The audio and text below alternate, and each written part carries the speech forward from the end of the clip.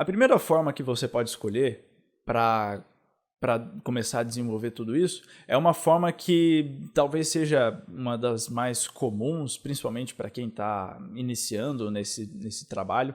E é uma das formas que eu também encontro mais comum entre até colegas de trabalho, de desenvolvimento, que eles escolhem um desenvolvimento baseado em camadas.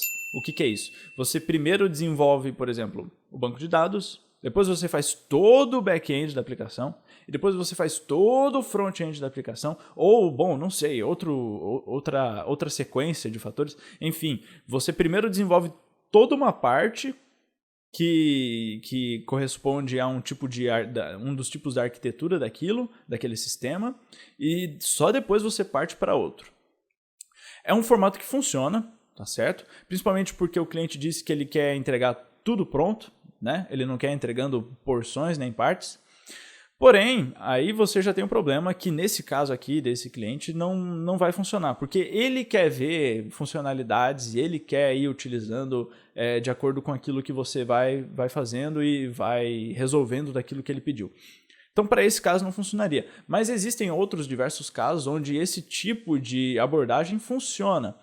E a minha sugestão para você, se você for fazer esse tipo de abordagem, que é válido a depender do contexto, é que você comece primeiro pelo front-end. Numa ideia assim, se você pensar como profundidade, né? Que você tem front-end e daí no meio você tem o back-end, banco de dados, enfim, tem essa de cima para baixo, de baixo para cima, nesse sentido de abstração. É muito melhor você começar de cima para baixo. Por quê? Quando você desenvolve numa aplicação desse sentido, numa aplicação web principalmente, né? Quando você desenvolve primeiro aquilo que é o front-end, você consegue ter um controle dos dados que vão ter que ser mostrados naquela interface. Você consegue ter um controle de condições que depois que o back-end vai ter que servir. Ou seja, você desenvolve primeiro um front-end e você tem uma noção muito melhor daquilo que o back-end vai ter que servir para o front-end. Principalmente nessas arquiteturas assim desacopladas, né? Em que você primeiro desenvolve o front-end e depois faz o back-end. Quando você faz nesse modelo, fica muito mais fácil depois você fazer o back-end, porque você só tem que responder com aquilo que o front-end precisa, com aquilo que o front-end pergunta. E a estrutura do banco de dados também depois fica muito similar, fica muito parecida nesse sentido, porque daí você vai fazer um banco de dados que só precisa servir as informações que o back-end precisa.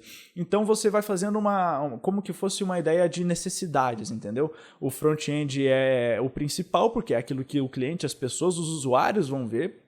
Então é ele quem vai mandar em tudo. E ele vai dizer para o back-end o que ele precisa. Então você desenvolve o back-end assim. Depois o back-end vai dizer para o banco de dados quais informações que ele precisa, que ficam salvas, né, que ficam guardadas. É para isso que serve o banco de dados. Ele vai dizer isso como necessidade. Então você tem essa ideia de prioridades em que o front-end diz tudo aquilo que ele precisa, depois o back-end diz tudo que ele precisa e por fim o banco de dados.